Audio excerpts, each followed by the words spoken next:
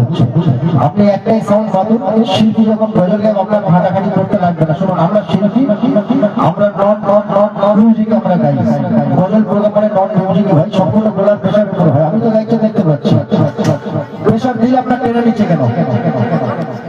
আপনার তো স্পিকার কাটবে না, সেরকম আমরা শিল্পী না। আপনার তো জিবির ভালো, মেশিন ভালো, তাহলে একভাবে যাচ্ছে না। আপনি একভাবে সাউন্ড দিতে দিন না। আপনি কেন ভাবছেন বারবার? একটা সাউন্ড করুন তো, চেক করে আপনি সাউন্ড তৈরি করুন। ঠিক ঠিক, হ্যালো,